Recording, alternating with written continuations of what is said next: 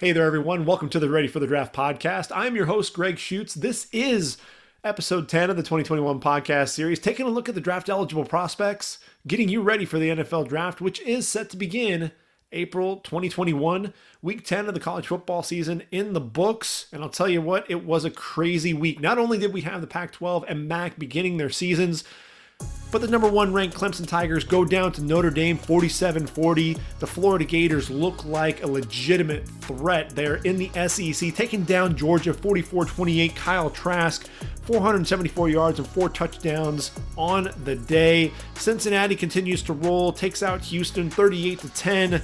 Desmond Ridder really, not much of a factor in this game. Really, you had Jared Dokes running the football, 184 yards on the ground, a big, powerful back between the tackles. He's the guy to be on the lookout for on day 3 for sure. Texas A&M, South Carolina wasn't really even a contest. Number 7 ranked Aggies taking them down 48-3. Kellen Mond, 224 yards through the air, 4 touchdowns. This is a guy, it's a curious case when you watch Kellen Mond play. Because he has a lot of the arm talent. He can make a lot of the throws, very athletic as well. He's really kind of that new age quarterback that a lot of NFL teams are looking for. The consistency will drive you nuts. He had a receiver wide open. The safety had actually slipped and fallen down. Kellen Mond had the receiver breaking open down the field, and he overshoots him.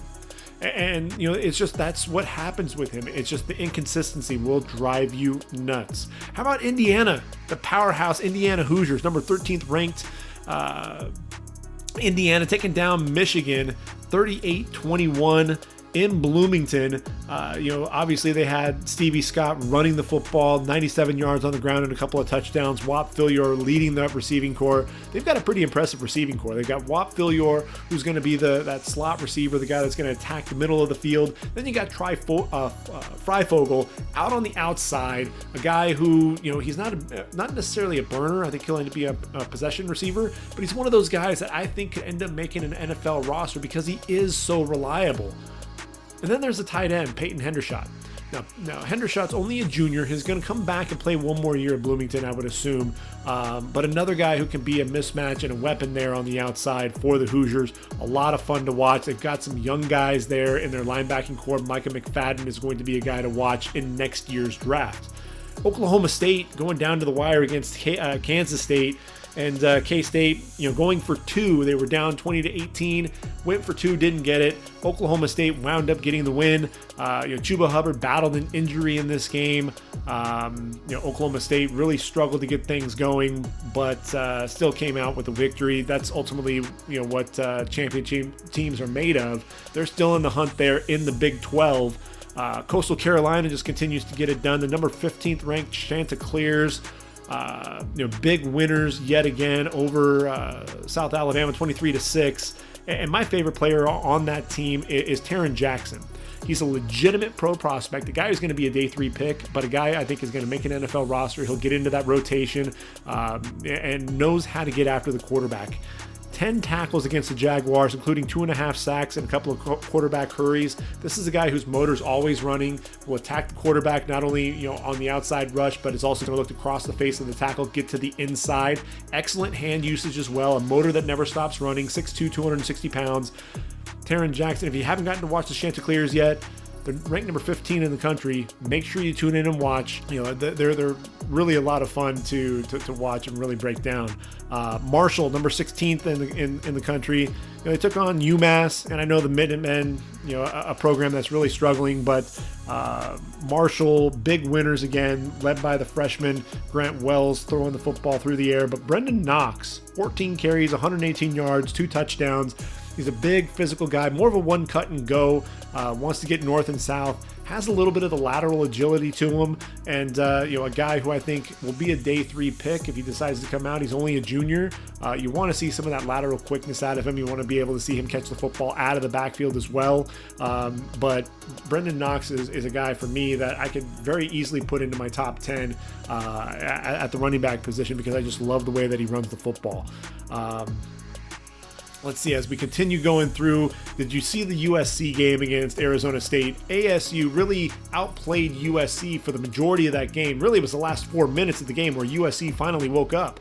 when you play zone against that offense, the air raid offense, Mike Leach style that Graham Harrell runs there for USC, you're running nothing but crossing routes in that zone. You're running right into the zone coverage. What's open? The middle of the field. They finally decided to start attacking that. They throw the football deep to Amon-Ra St. Brown.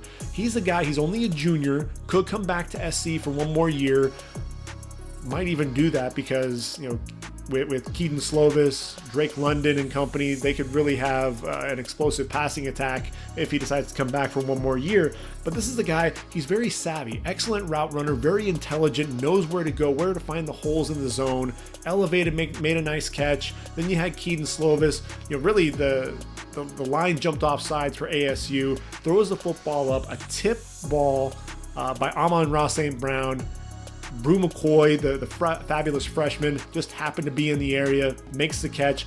Then they get an onside recovery, and then Keaton Slovis making an incredible throw, throws the ball, to Drake London, puts it over the linebacker, and basically fits it in over the DB to Drake London in the end zone for the score. Two touchdowns in basically 92 seconds. USC winds up winning 28-27. But I'll tell you what, Herm Edwards, Marvin Lewis, Antonio Pierce, the defense looked great. We're going to be talking about Merlin Robertson there, that linebacker, number 8. He's a guy that's explosive. He gets into the backfield, also able to drop into coverage. Very instinctive player. This is a guy who I think, if he decides to come out, probably a 4th round pick. He could come back one more year in Tempe, and then come back and enter the draft, probably be a day 2 pick when it's all said and done, because I think he has that athleticism and the ability to make plays. Those were just some of the games there out of the top 25. Obviously BYU as well, the number 9 ranked BYU Cougars going onto the blue turf and blowing out Boise State 51-17. Now I know Hank Bachmeier was out. Jack Sears, the backup, the transfer out of USC, had an issue. I believe it was a concussion. He goes down, and they're really working off of their 3rd string quarterback. But BYU, man, they're just in a different class. And my favorite quarterback in this entire draft has to be Zach Wilson. And this is a guy, look, the arm strength is absolutely there. Anybody that's talking about his arm strength not being NFL caliber, just is looking for a reason to try to discredit Zach Wilson and his skills.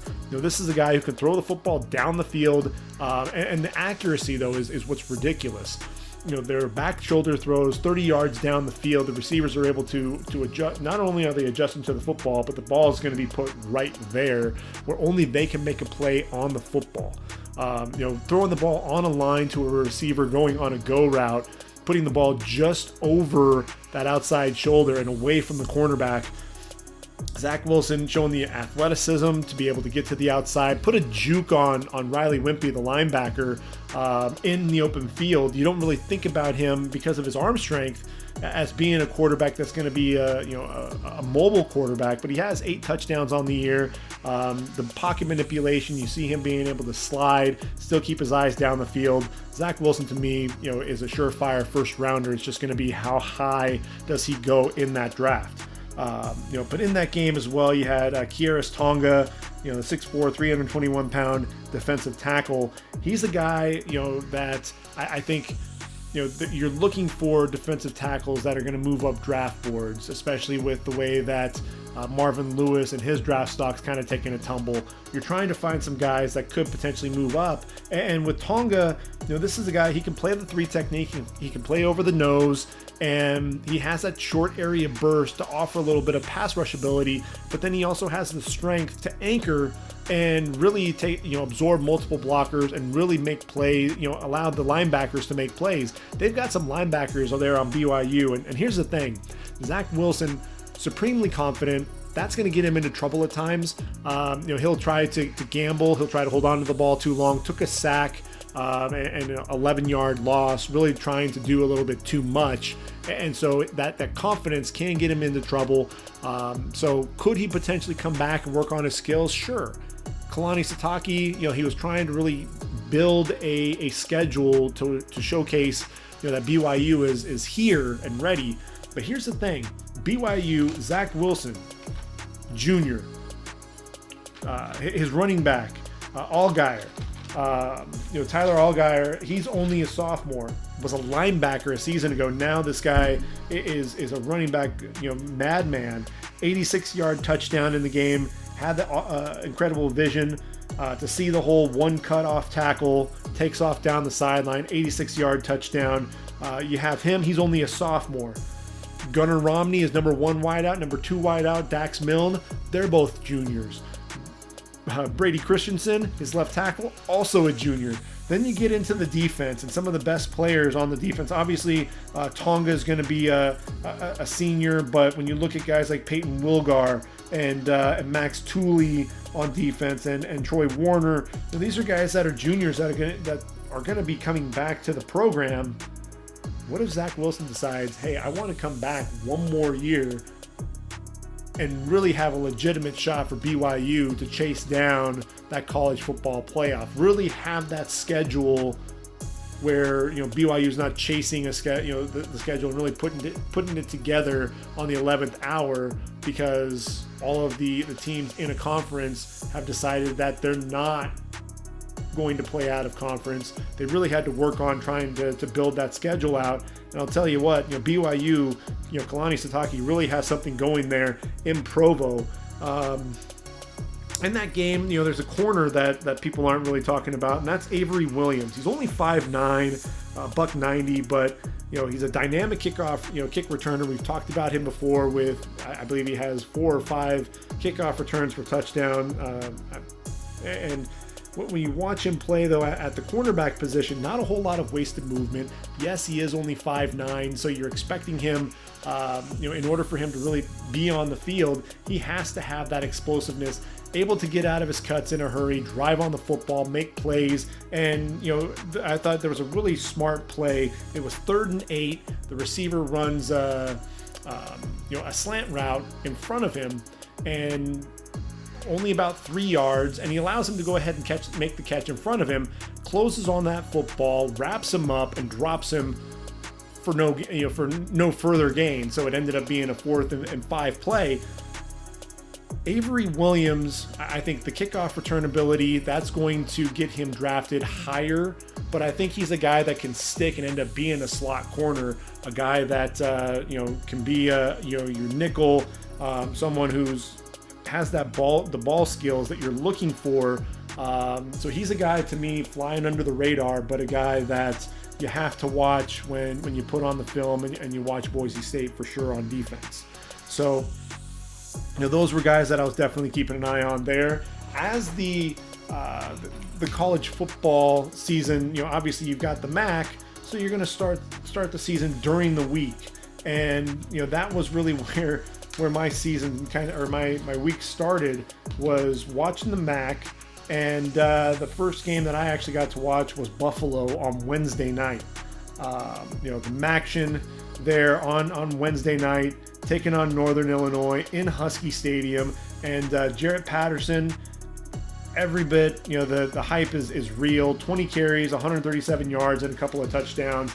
This is a guy, if you don't have him in your top 10 as a running back, I don't know what to say about that. Over just under 1,800 yards in 2019. The jump cut ability is ridiculous. This guy's lateral agility is off the charts. His ability to bounce the football to the outside, his ability to make a man miss, on the edge, in the backfield. He does just an unbelievable job with his vision and the cutback ability. To me, Jarrett Patterson, look, he's only 5'9", $195. Yes, he is only a junior, but he's a guy that, to me, 56-yard run, hits the seam, off the edge on a 2nd and 1 play, and then shows the speed down the sideline. Now, this is a guy, to me, is a game changer, and I look at him. He should be a day 2 pick, may fall to the 4th round. This is a draft, to me, I don't think is really high on running backs, though. So if you're a team that's looking for a back, you have him sitting there in round number 4. You got to grab him, because he's a guy that I think can end up being a workhorse for an NFL team. They also have Coyote Awosika. He's playing left tackle, but really he looks more like a guard. He's 6'5", 305. You watch him as a run blocker, blocking down on the defensive end, opening up, a huge hole for Patterson. You watch him, fires off the ball and gets those hips around on the zone run play. Really a guy that is athletic. He climbs to the second level, under control, gets under that linebacker pad level and drives him back. A knee bender, keeps those hands inside as well. Pretty balanced in pass protection. I think he'll struggle a little bit with the speed rushers coming off the edge. To me, he just looks like a guard, and I think he'd be somebody, one of those sleepers at that position that will get drafted on day 3. And will be a guy that will challenge at some point for a starting spot on an NFL roster. Then there's Malcolm Kuntz on the defensive side of the ball. He's not so much a guy flying under the radar. I think a lot of people in the draft community know who Malcolm Kuntz is. 8 sacks a season ago. He's without his running mate, Taylor Riggins, right now. But with Kuntz, the speed, his ability to put his hand in the dirt and be a stand-up rusher, very explosive, really kind of explodes. He kind of leaned to his right to the outside, then kind of explodes back to the inside. Gets a nice arm over to beat the left tackle. Huge hit on the quarterback, threw him down for a sack. To me, he's very explosive getting into the backfield. You want to see him set the edge, be a consistent guy to really set that edge, get that outside leverage on the run plays. But rushing the passer, there are a few guys in this draft that have the athleticism that Malcolm Kuntz has. So he's going to be a guy that I think will continue to rise up draft boards. And I just want to see him continue to develop that ability against the run. And I think if he continues to do that, he'll be somebody that we'll be talking about on draft day as a potential, slide into that round number 3 area. Ball State, Miami of Ohio, 38-31 game. This is another game where, Miami of Ohio's Tommy Doyle. You're looking at this draft. There are a lot of offensive tackles, and I would say that Tommy Doyle's right in kind of that second group of tackles. Not going to be a first rounder or second rounder. Has a chance to really be in that 3rd, 4th round range. The athleticism is absolutely there for a guy who's 6'8", 318 pounds. Very easy mover, knee bender. The biggest thing for him, because he is light on his feet, he sits down, long arms. It's the hand placement. Very inconsistent hand placement. The hands aren't always in sync. Gets the hands outside at times, and then what ends up happening is he ends up kind of lunging and leaning as a result. That can get him into trouble a little bit, but definitely athletic, able to climb to the second level in the running game. I'm a big fan of Tommy Doyle's. And then if you're looking for a running back that's kind of flying under the radar as well, how about Caleb Huntley out of Ball State? 5'10", 229 pounds. This is a guy who just runs out of tackles. That was one of the things that you really saw, that lower body strength, the contact balance, and just the leg drive was tremendous. Now, this is a guy, he took a pitch, put his foot in the ground, cuts it back to the inside, gets around a linebacker, then wants to get north and south through the hole, and then ultimately speeds to run away from the secondary on a 45-yard touchdown. To me, Caleb Huntley, kind of one of those guys that's going to fly under the radar. He'll be a late day 3 pick, possibly an undrafted free agent. When you're looking for running backs, teams are always looking for running backs at some point. He'll be a guy that I think an NFL team's going to call on, and when they get him, they're going to be very happy that they brought him onto their roster. I think Jack Sorensen, the receiver there for Miami of Ohio, he's an NFL caliber receiver. Excellent body control. I think that's one of the things that you really see with him, with his ability, just to adjust to the football when it's in the air. That's really what I like about Sorensen. And then Christian Albright, the 6'2", 240-pound outside linebacker there for Ball State. Had 7 tackles, a sack, a couple of tackles for loss, a forced fumble, and a quarterback hurry. This is a guy who can rush the quarterback, does a really good job using his hands, swatting that tackle's hands away, and then quick to really loop around, flatten out to the quarterback, and get there and make an impact getting to the quarterback. He's somebody that I think has an ability to not only make an NFL roster, but there are a lot of linebackers that are out there that come from the MAC who end up making those NFL rosters and end up making a difference. And I think, Christian Albright is going to be that next guy that we're going to see, doing that. When I think of some of those guys, the most recent that comes to mind, of a guy that kind of made a difference at the NFL level, I'm thinking of Robert Spillane, there for the Steelers. Robert Spillane went to Western Michigan, undrafted in 2018. This was a guy who, he started 40 games and had 312 tackles, 32.5 going for loss, 10 sacks, 4 interceptions, 5 pass breakups. Was a second team All MAC selection. Nobody really gave this guy much of a chance. Just ran a 4.77 40. Ultimately goes to Tennessee and ends up getting waived in 2018. Goes to Pittsburgh, and in 2020, this was a guy, if you haven't already seen it, in week 8 of the 2020 season, intercepts a pass from Lamar Jackson, returns it 33 yards for a touchdown during that 26-24 win. This is a guy also had a team high 11 tackles and a fumble recovery. So when you're talking about linebackers making an impact at the MAC, he's just the most recent example of that. I look at a guy like Christian Albright. He could be in that line of MAC linebackers to make an impact at the next level. So we continue through. Colorado State has a guy. When he started his career with the Rams, he went by Emmanuel Jones, and he was a guy that was an edge rusher coming off the edge, really nothing more than kind of an edge pass guy. Sometimes he'd get home, you'd see the athleticism, but very raw. Now he's 6'4", he's 270 pounds, had a nice coming out party there for the Rams against Wyoming in a 34-24 win at home.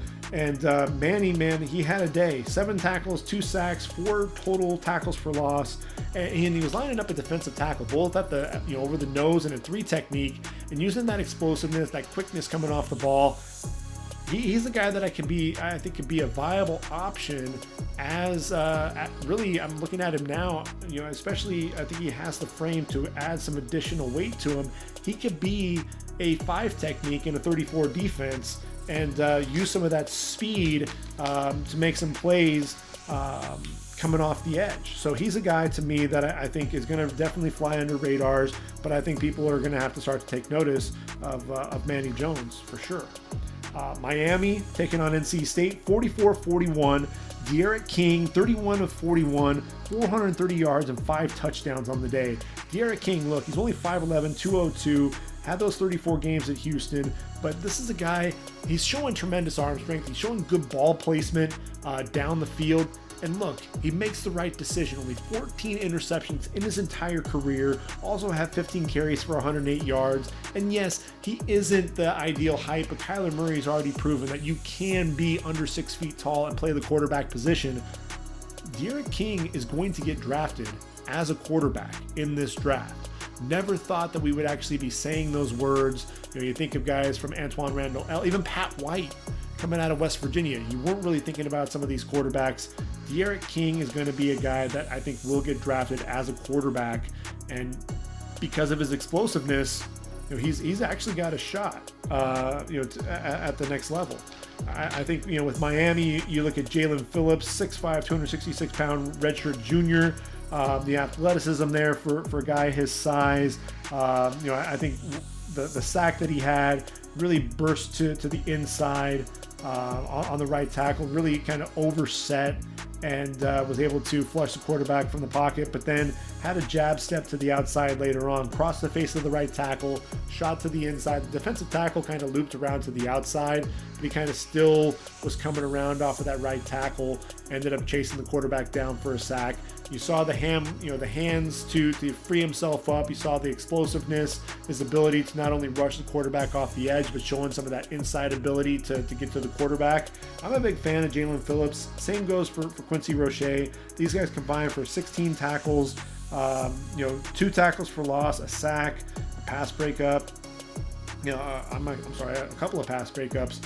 Quincy Roche, I think he's still going to end up being a outside linebacker in a 34 defense because I think he struggles to get off blocks at times, but he is so explosive. You put him in space, and that's where I think he's really going to excel.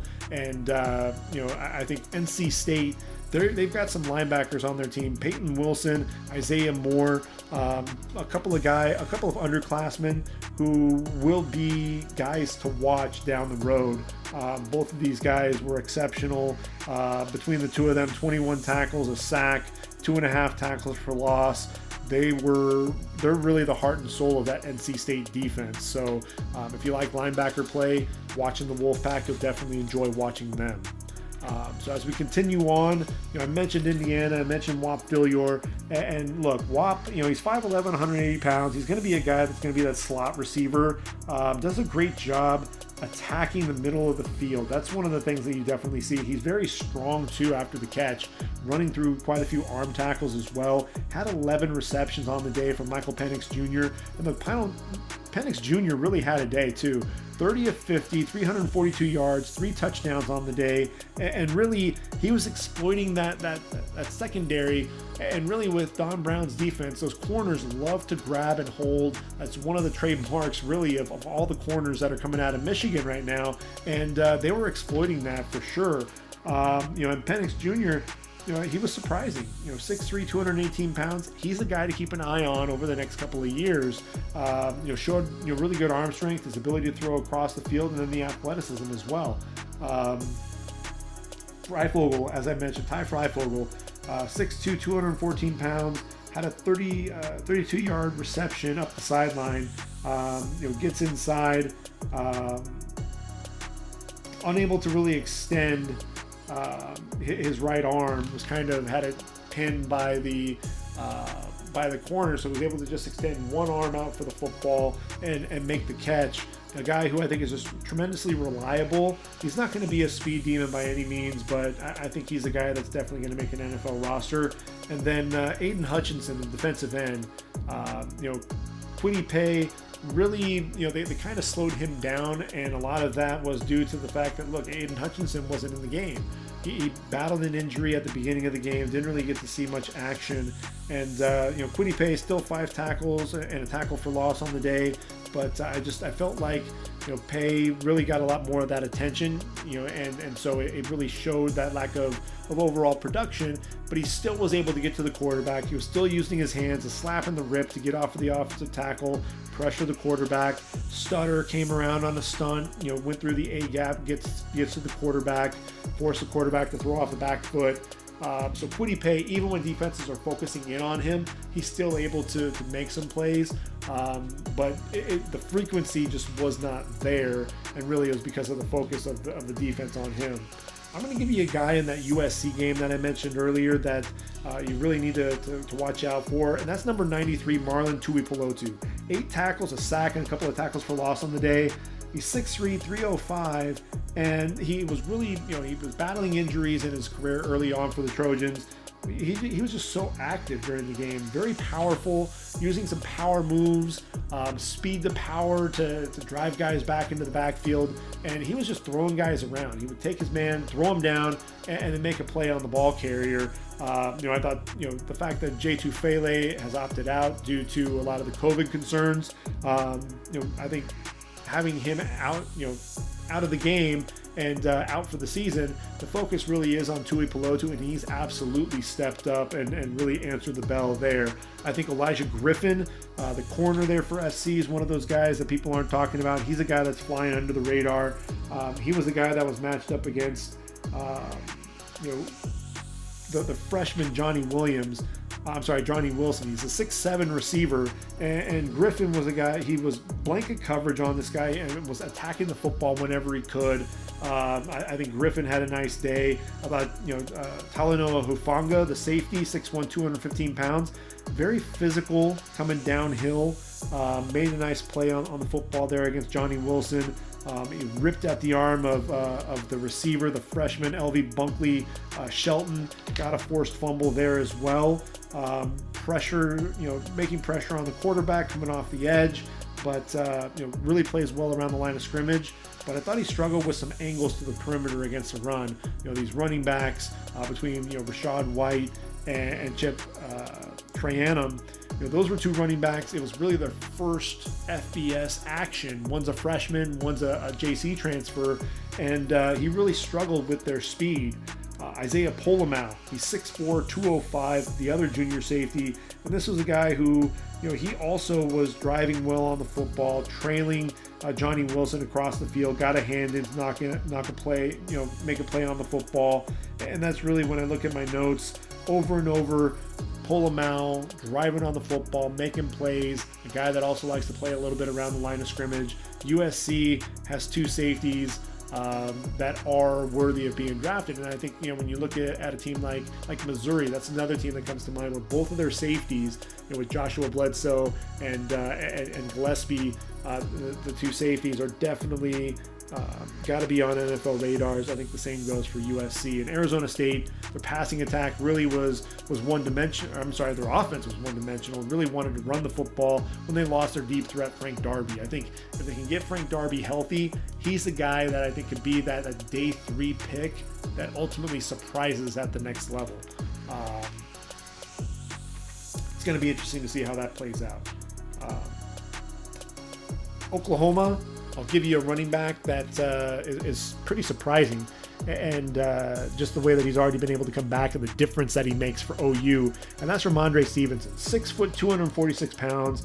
This is a dude who is big, he's physical, but somehow this big man, again, 246 pounds, is so light on his feet. The lateral ability, or agility, the jump cuts in the hole to make people miss. Then you see the stiff arm getting to the edge. You see the ability to run through contact, just a powerful leg drive, and then that speed when he gets out to the outside. Now, he had that failed drug test prior to the Peach Bowl that got him suspended, and that's why he was out for the beginning of the year. But you bring him into that running game, and now TJ Pledger can be more of that complimentary back to him and not be the focal point. Rhamondre Stevenson is a beast on the ground, and he's just gaining momentum. He's a senior, and he's one of those guys, he won't get drafted high, and basically because a lot of some of those off-field issues, but I think he'll be a guy that'll probably get drafted probably in the 5th round range, and I think whoever ends up drafting him is going to be pleasantly surprised because he's big, he's physical, the surprising short area lateral agility.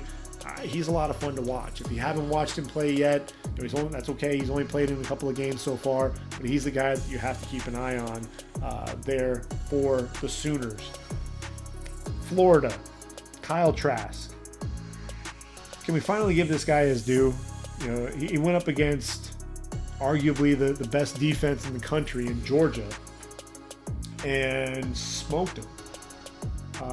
As I mentioned earlier, 474 yards on 30 of 43 passing, 4 touchdowns, just 1 interception.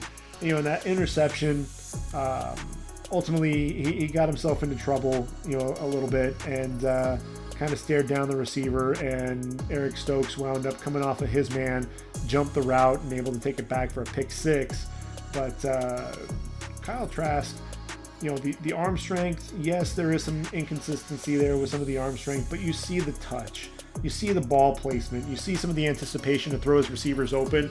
We've got to give Kyle Trask his due. He may not be a first-round quarterback. He'll probably be a second-rounder, but I really like what Kyle Trask has been doing this year. And he's a guy, look, he wasn't a starter in high school. He's a kid that I think is just continuing to develop.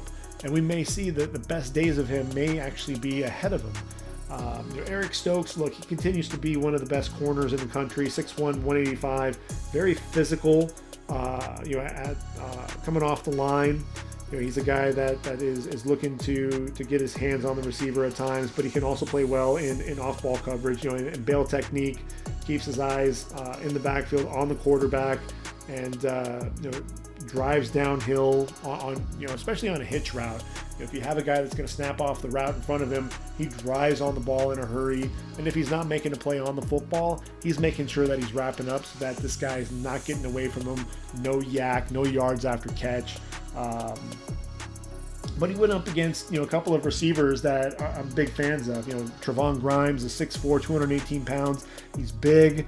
A guy that they ran a fade, and his ability to elevate and extend away from Tyson Campbell and really, make a play on the football. That long wingspan, large catch radius. He'll be a nice day 3 find. And look, Florida receivers, there's a ton of Florida receivers that were on the team last year that are now in the NFL making plays. I look at Kadarius Toney. He had a bad foot, and that's really, if you were to look at the box score and you're like, well, he had 7 receptions for 42 yards. He just couldn't really get things going, and I think that was really the biggest thing. And the flip side to it, you watch a guy like Monty Rice, 6'1", 235, and look, I know Kadarius Toney was having issues with his foot, but when you watch Monty Rice, he was a guy that was covering Toney out of the backfield and was showing some decent ability to get depth, whether it was in zone coverage or really in man coverage as well, and was able to hang with Toney in the open field. So I thought this was a game that ultimately I thought Monty Rice helped himself a little bit. Tyson Campbell, they obviously didn't want to throw Eric Stokes' way, so they went after Tyson Campbell. And look, 6'2", 218 pounds. I think Tyson Campbell does a great job against the bigger, more physical receivers. And when you're asking him to go up against some of the smaller guys, that's where he tends to struggle a little bit. I thought that when he matched up against Kyle Pitts, you saw him stride for stride, getting very physical, wanting to jam him off the line as well. And that's one of the things that you definitely saw in that matchup. But I think Eric Stokes right now has a leg up on Tyson Campbell as we move closer and closer towards the draft. Let's see. Oklahoma State, Kansas State. If we look at that game, look, my guy Teven Jenkins, I'm not gonna waver on this one. I think he's a guy that's gonna continue to rise up draft boards. He's a guy to me that isn't gonna crack the first round. He'll be a second round pick though, and a guy who I think has the ability to play both left and right tackle. He has that versatility, has power in his hands, has that the bend to be he's a knee bender. Keeps that chest upright, so he's not going to bend at the waist at all. He's not going to get that high pad level either. The hands really keeps him inside. If you remember, I talked about last week with Joseph Osai, when he's coming off the edge, that inside hand, especially when Osai was attacking half the man, he'd take that inside hand, get it under his armpit. So even if Osai was attacking that outside hand, he was still controlling him with that inside hand. And Osai was having really a hard time to get off of Teven Jenkins. I think Teven Jenkins is definitely helping himself this year. One guy that I had to make sure to mention was Wyatt Hubert. When this guy was attacking the quarterback, he was coming off the left tackle, 6'3", 270-pound, redshirt junior, two-time Big 10, all Big 10 or Big 12 conference, excuse me. You see the rip getting under the left tackle's pad level. And once he clears that left tackle, this guy has that motor continuing to get to the quarterback. A little bit of stiffness in his hips, but again, this is a guy that he wants to get after the quarterback, wants to make plays, and really works hard to get to that quarterback. He'll start outside and loop around back to the inside. Real power in his hands to strike the left tackle and shoving him back, getting him back into the backfield, and then he flattens out in a hurry. That's one of the things that I really saw as he's turning the corner. He has that tighter turn than you would expect out of him, flattens to the quarterback, and he's coming with bad intentions. This is a guy who will look to try to light up the quarterback, and he just continues to make plays behind the line of scrimmage. And this is a guy, 5 tackles, 2.5 sacks, 3.5 tackles for loss on the day. To me, Wyatt Hubert, I wouldn't be surprised if he's a guy that ends up entering the draft, and a guy who will probably be a day 3 pick because he's more of a situational pass rusher at this point, but a guy who I think could, when he gets to the next level, be a guy that is going to be a fan favorite because he just loves to play the game of football. Seems like he's always having a great time out there and gets after the quarterback. In that South Carolina game against A&M, again, guy flying under the radar, Carson Green, the right tackle. I think the broadcast, they were talking about Dan Moore and Kenyon Green on the left side. Kenyon Green only a sophomore, but Carson Green, I think he's not getting the credit that he deserves. Look, 36 starts. You saw the hand placement underneath Kingsley Enicgbari's pad level. Himself, a guy that's popping up on draft radars because he's 6'4", 270 pounds, athletic and can bend. But I thought Carson Green did a great job controlling him. You saw that the ability to climb to the second level. He did miss a block. That linebacker ultimately got in and made a play. So that's really, I think, the biggest thing for him is that athleticism, moving to the next level, being able to hit that moving target. But in pass protection, I thought he sets up very well, does a great job with that lateral movement, his ability to mirror, stays down, keeps that low pad level, and you really didn't see South Carolina pick on Carson Green, trying to get after that quarterback. Another guy at the defensive tackle position that I think is kind of flying under the radar is Bobby Brown III, 6'4", 325, had a bull rush, really just drove the center back into the back, walked him back all the way to the quarterback, got off the sack, got off the block for a sack with DeMarvin Leal, the fabulous sophomore who we're going to be talking about in next year's draft. But Bobby Brown, to me, when you're talking about a draft where defensive tackles not really a strong draft, Bobby Brown may end up deciding to enter the draft because of his ability to push that pocket and be a force against the run as well. One of the linebackers that I thought struggled a little bit at times was Ernest Jones. He was a guy that I was really high on. I thought that he was kind of the heart and soul of South Carolina's defense, even with guys like J.C. Horn and Enicgbari and Israel Mukuamu. I really thought Ernest Jones was kind of the heart and soul of the defense, and he was able to make some plays against the run and come downhill as well, but really didn't get enough depth against Devon Shane down the middle of the field, and ultimately the running back ran by him and made a big play over the top for I believe it was like a 52-yard touchdown. Jones showing that he's more of a two-down linebacker right now, so he's probably going to come back to Columbia for one more year to really work on his skills defending the pass. The Oregon game, 35-14 winners. Tried to tune in and watch Davis Mills, but he didn't play due to COVID protocols. I think the guy that everyone wants to watch is Kayvon Thibodeau. You see the exceptional quickness off the football. You see power in his hands, his ability to really just extend into the left tackle and show some power as well. Really a lot of fun to watch.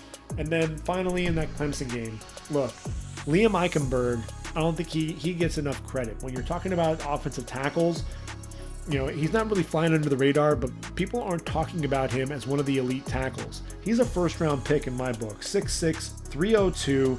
You see the punch in his hands to really strike the defensive end. I mean, I think Justin Maskell probably had an imprint of Liam Eichenberg's hands. They were consistently to the inside, right on that chest plate. And when he had his man and those hands inside, he was, he wasn't letting go. And the thing with it too is that with those hands inside and his ability to stay under control, stay balanced with that wide base, real short, choppy steps, able to mirror guys, man, they weren't getting off of him. And the thing too, you see the core strength. He's really developed that. I think last year he struggled a little bit with some of the power, but going up against that D line, the freshman Brian Bresee, very powerful for a freshman, going up against Justin Maskell, going up against Miles Murphy, going up against KJ Henry, whoever it was that Clemson threw at him, Xavier Thomas, he was able to anchor when he needed to. He was able to take the man, attack, if they're attacking half the man, able to grab him and drive him away from the pocket. To me, Liam Eichenberg definitely helped himself in this game. The lateral quickness is definitely there. You don't think of him as the strongest. You don't think of him as the most athletic. I think he's a technician. I think he is a better athlete than I think people give him credit for. And I think he has more power than you really expect out of the left tackle. He's not like his running mate there at left guard, Aaron Banks, the 6'6", 330-pounder. but he does have some power. And I think he uses those hands to his advantage to really strike and punch and jolt those guys, get them off balance, and then shows that ability to drive his man down the field. Liam Eichenberg should be a first-round pick in my book all day long. Aaron Banks, he's big, he's physical, lacks some of the foot speed, but he was someone who kept picking up that linebacker, and I felt bad for Jake Venables because Aaron Banks was drilling him. Kyron Williams is only a sophomore, but this running back, man, in terms of picking up linebacker blitzes, I think between Valen Spector and Jake Venables, I don't know how many times they blitz. And between Banks, Jarrett Patterson, the center, and Kyron Williams, these guys, never really got a sniff of Ian Book in the pocket because they were all stepping up to make plays. And the thing that I love about Kyron Williams, just transitioning to the running back for a second, it didn't matter where the blitz was coming from. It could have been across the formation, could have been coming off the edge, could have been up the A gap, wherever that blitz was coming. Kyron Williams had an answer and was able to come up and make a play. And, I think that was really key for Ian Book, making plays down the field, finding guys like Javon McKinley, Michael Mayer, those receivers there for Notre Dame. Ben Skoranek, made some plays as well. Avery Davis, had that long catch that set up a touchdown. That offensive line is tremendous. And obviously the running backs are helping as well. Jarrett Patterson, 6'5", 305 junior, and this is a guy, he will play a little bit high with the pad level at times, but I think, this is someone who's definitely balanced. He's very athletic. He showcases some power when he needs to in the running game, but then he has that ability to drop, anchor, and shows up really well in pass protection.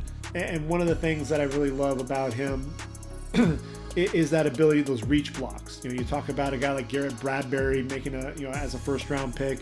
You see, Jarrett Patterson, he's not, the grim reacher as they called Garrett Bradbury, but, Jarrett Patterson is really an underrated center. Obviously, Jeremiah Owusu-Koramoah, he's my favorite linebacker, not named Zaven Collins. JOK, he's only 6'2", 215 pounds, and I know he's going to be compared to Isaiah Simmons, but look, he knows who he is. He knows he's a linebacker. He's going to be a weak side backer and a guy who, if you need him to line up in the slot and cover a receiver, he's got you. If you need him to cover a running back out of the backfield, he's got you. How about a tight end? Got you. What if you need him to rush the passer off the edge? He can bend. He's got you. Running game, outside leverage, absolutely. He'll take the proper angle. He's got you there. What about running, a run up the middle? He's going to fill those holes, and then when he does so, he's going to come with bad intentions, and he's going to drop the running back in the hole. He's got you. He's versatile. He's a 3-down linebacker. He can make plays all over the field, and I know, when you look at a guy like Isaiah Simmons, he played a lot of different roles, played on the line, played as a linebacker. He played all over the place. And really, he's kind of that jack of all trades. He was skilled in a lot of areas, but he was a master of none. And so I think that's part of why he's really struggled there at the NFL level. But he's a tremendous athlete. I think at some point everything's going to click for him. You look at a guy like Hassan Reddick, and they try to make him into something that he wasn't. But now he's able to rush the passer like he did at Temple. And now he's really having a career kind of resurrection there in Arizona, kind of that last-ditch effort to see, is he going to be a first-round bust or not? And now he's really starting to come on and make some plays. I think, Darion Kendrick, the 6', 190-pound junior corner, I think he's one of those corners that is going to continue to move up draft boards. I thought he does a really good job attacking the football in the air, excellent ball skills. Does a great job just in zone coverage and really understands what's going on.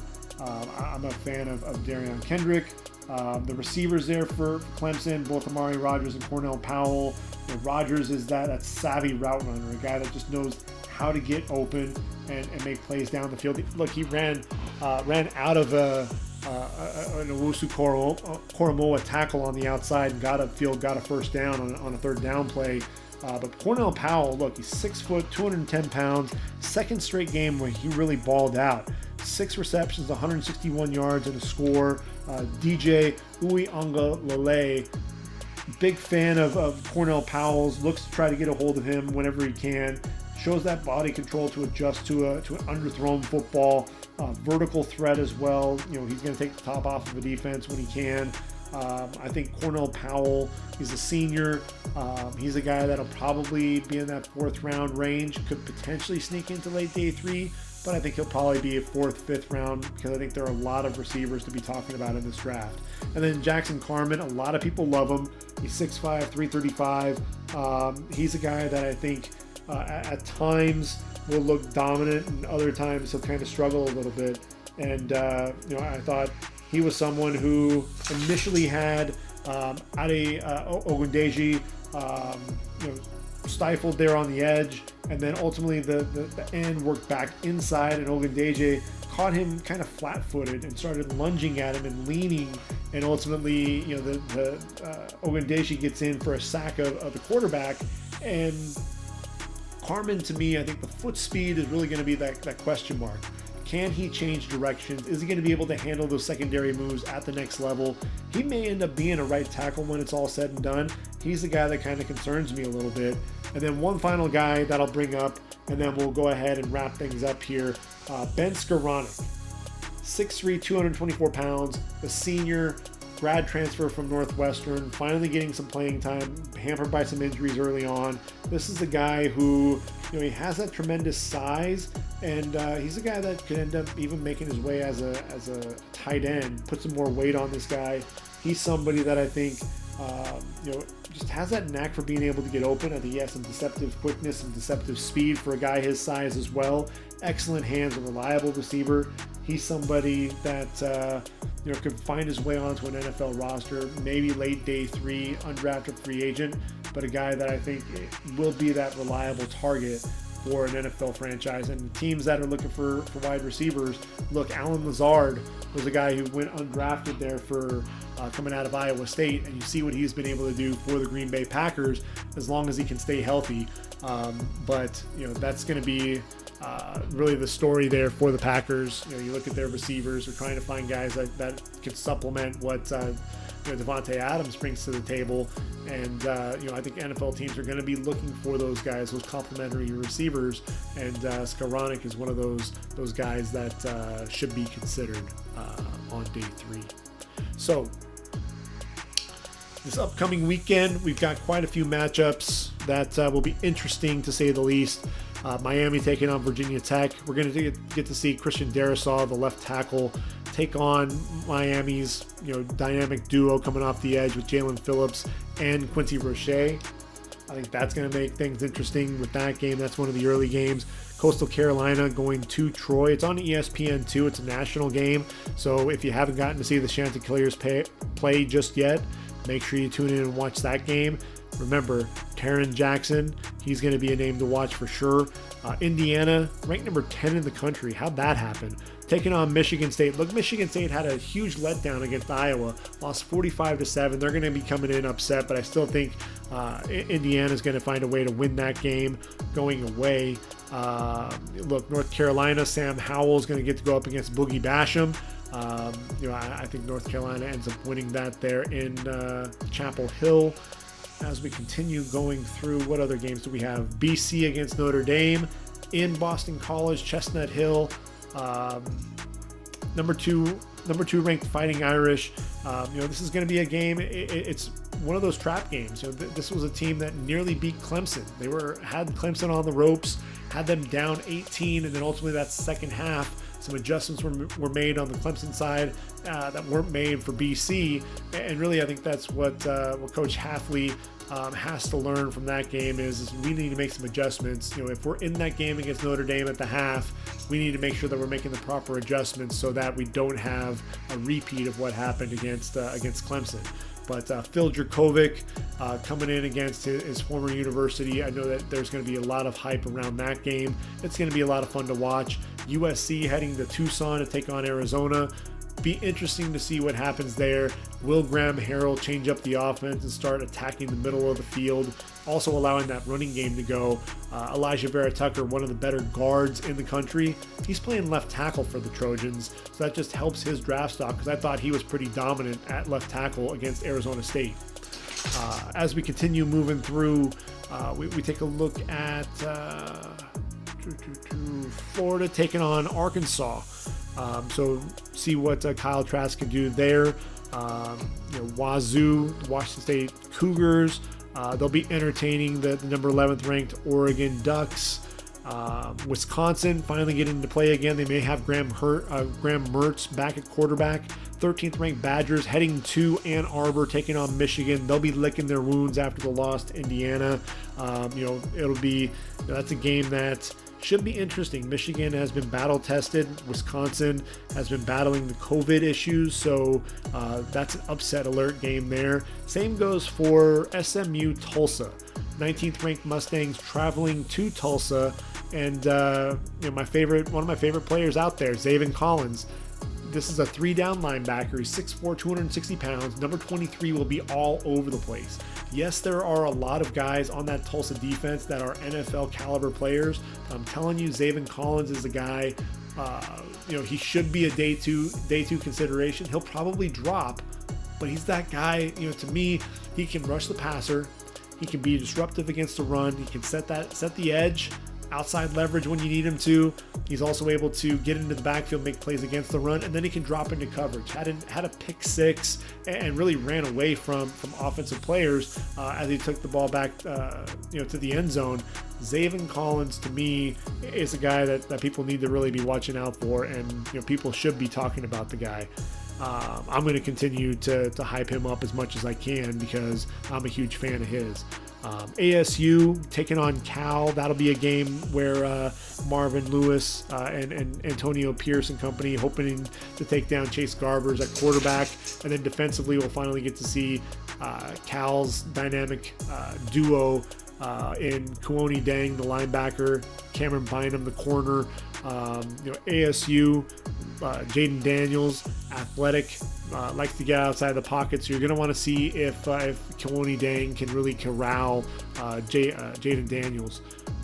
And then, obviously we've got some concerns, especially in the SEC. I know Greg Sankey, the SEC commissioner, really concerned over all the games that have been postponed. 4 games in the SEC, all postponed due to COVID-19. That includes Bama against LSU, Georgia, Missouri, Auburn, Mississippi State, and Texas A&M and Tennessee. All these games are postponed, at least for now. And I think that's one of the things. There is definitely going to be some concern over what's going to happen with COVID. And if you're going to continue to see spikes, if you have these heavy hitters in the world of college football continuing to postpone games, that's really going to impact the season. If I'm the college football playoff, I may look at moving that playoff back. Move that back a little bit, allow some time to be able to have these games made up. We don't need to necessarily have all of these conference playoffs. The conference championships go off the board on December 19th or before that. Let's allow them to actually have those conference championships and really have some meaningful games. And why not expand? Just for this year, expand the playoff. You can have an 8-team or a 16-team playoff, where this is kind of a wacky season. You don't want to necessarily just limit it to 4 teams, especially when you have a lot of the issues going on with COVID. You expand it just to 1 year. Look, 2020 is kind of a weird year anyway. So if you're able to make those changes, one-time change, and then that'll also help for people down the road that are proponents of extending the playoffs, wanting to have an 8-team playoff. You'll get to see it. You'll get to see it in action here in 2020 and see if it's really a viable option long term. Something to think about.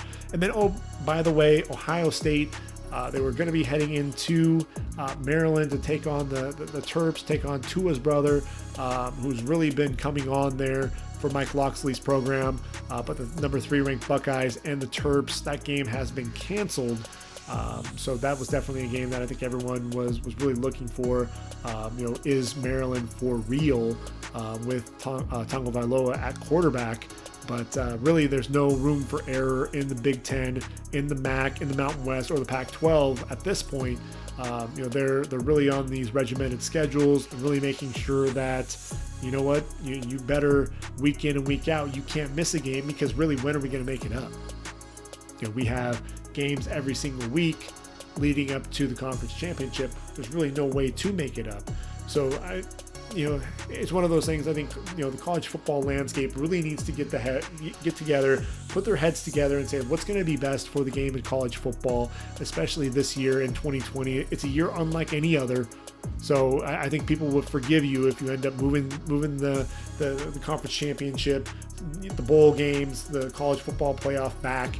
And I think people would also forgive you if you end up going with an 8 or 16 team playoff, because look, it's COVID. That's really, you saw that with baseball. You saw that with basketball. You see that with just about every sport. The NHL with what they did with their postseason. I think college football really needs to consider that. It'll be interesting to see what actually happens and takes place. So those are some of the matchups to definitely watch this weekend. It's hard to believe we're already into week 11 of the college football season. We've got 16 weeks before we head into bowl games. So you do the math there. We're already on week 11 and we're into November. It's really hard to believe, when I look at the bowl games, at the college football season, just how things have gone. And when you look at the bowls, the bowl landscape right now, there are, quite a few bowl games that are still out there that will be played. There are a few that won't be played in 2020, but they'll begin, again in 2021. We'll still have a bowl season. So that may be another reason why they don't want to push back the season, is because, hey, we've got all of these bowls that are wanting to have their games. But look, you don't have fans in the stands for a lot of these games, and even when you do, it's limited capacity. You don't have the tailgaters. In some cases, like you watch USC at the Coliseum, and you don't have Traveler, you don't have the Spirit of Troy, the marching band out there. You don't have the Song Girls. It felt like a weird atmosphere there at the Coliseum to see USC play, and a 9:00 start too. That was pretty brutal there on the West Coast. I know that they're not used to seeing that, but I think it's really good in terms of that national exposure. USC getting out there, ultimately being able to come back and win. That was a game that people were talking about all day. It wasn't a game that was Pac-12 after dark when nobody's seeing it. They were actually able to see it in prime time. So hopefully you'll enjoy week 11. Hopefully, we'll have some crazy finishes, crazy outcomes as well. And we'll have quite a bit to talk about on next week's podcast. So we'll do it all over again next week. Come back and we'll do it again. We'll talk some more football. But until then, enjoy your week, everyone. And for ReadyForTheDraft.com, this has been the Ready for the Draft podcast. I have been your host, Gregg Schutze. Have a great weekend, everyone. Take care, and I am out of here.